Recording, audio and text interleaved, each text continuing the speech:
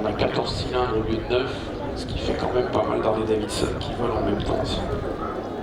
Voilà, Catalina finit sa mise en route et le niveau de l'eau, la surface, et donc de la rejoindre délicatement.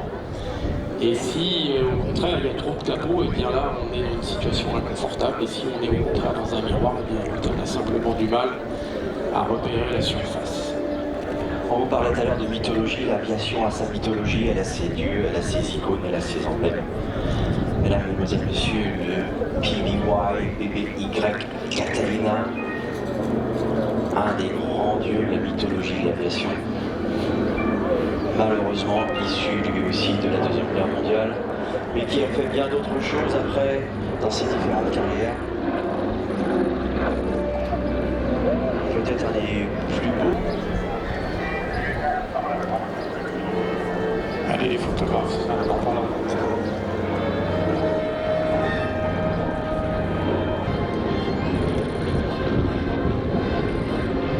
Cet avion a été dessiné à San Diego. San Diego, c'est au sud. Imaginez aujourd'hui qu'au mouillage à San Diego, il y a près de 12 porte-avions en même temps.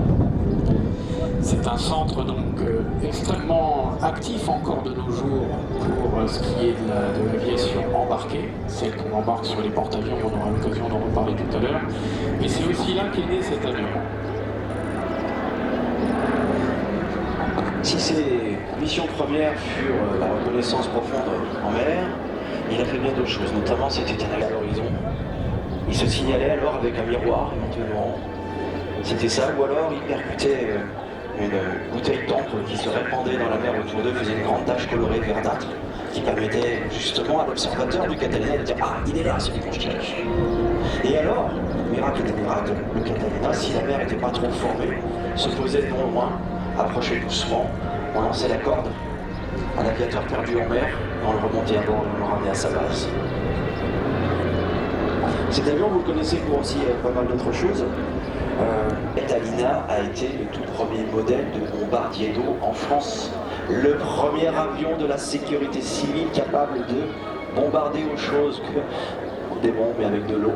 Voilà, pour éteindre les incendies. Bah, c'était ça, c'était le Catalina dans les années 60. Alors les Catalina, au lendemain de la Seconde Guerre mondiale, ont fréquenté le lac de Biscarrosse. Mais avant ça, pendant la guerre, évidemment, la Seconde Guerre mondiale, c'est-à-dire la période de 1940 à 1945, l'étendue d'eau qui est devant nous, qui faisait une construction à blanc des avions, on les démontait, on les mettait sur des remorques de camions, on les amenait à travers la campagne jusqu'à Biscarrosse, on rassemblait les avions, les moteurs, et on essayait les avions, et ensuite on les livrait au client, qui lui-même était donc aux Tickets, qui était la compagnie, la fameuse compagnie Air France. L'objectif était à l'époque de faire du transport de passagers. On n'avait pas encore imaginé d'utiliser des avions terrestres pour faire de grandes distances. On a pensé que l'hydravion était un moyen sûr de se déplacer, tout simplement parce qu'on imaginait qu'en cas de difficulté, on pouvait rejoindre la surface de l'eau et attendre Paris à Arcachon par train, puis Limousine vous emmenait d'Arcachon jusqu'à Biscarrosse. Vous dormiez à l'hôtel, le Grand Hôtel Air France qui existe encore, qui est un hôtel Art déco, sur la base des Tickets.